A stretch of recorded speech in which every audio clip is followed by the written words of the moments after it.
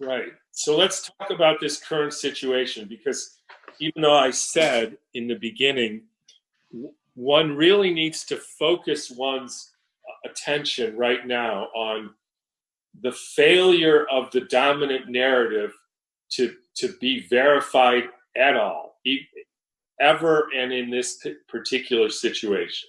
So now we've got that, and again, we don't need to go into the testing. That's completely bogus, and Andy and others can do that. I can, I do want to say one thing, because I just had a conversation the other day with a lab director at a local lab that's offering so-called coronavirus testing.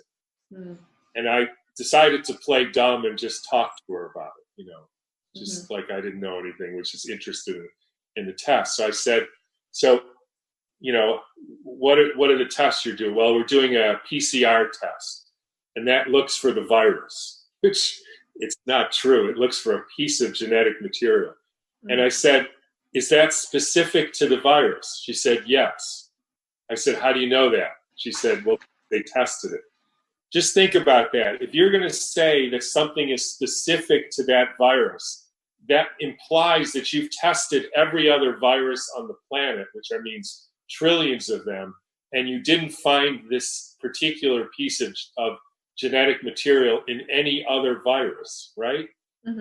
Here's an analogy. It's say you live in Japan and you're studying eye color, and you say, I think everybody in the world has brown eyes, right? Because that's everybody has brown eyes.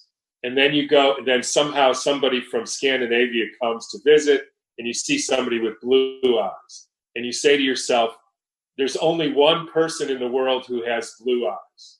And so you say, I got to prove this.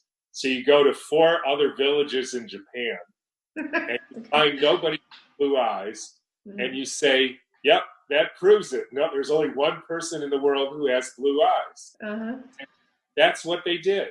They said, this is a genetic piece from this virus. We tested 3 other viruses. None of them have it. So it must be the only one. I said, that's nuts. She said, no, that's how it is. So I said, so how do you know this piece of RNA means the person is sick from the virus? She said, well, because they're sick and they have the piece of RNA. And she said, but sometimes you can also test positive for the piece of RNA, this PCR test, and then you're not sick, which means, she said, you're a carrier. So I said, let me get this straight. So you do this test, and if you're sick and you have the test, it means that the virus is causing you to be sick. But if you're not sick and you do the test, that means you're not sick from the virus, you're a carrier. So how do you know that the first person is just a carrier and they have something else? She said, because they're sick. And I said, so if you have the positive test, that means you're sick. No, it could also mean you're a carrier and you're not sick.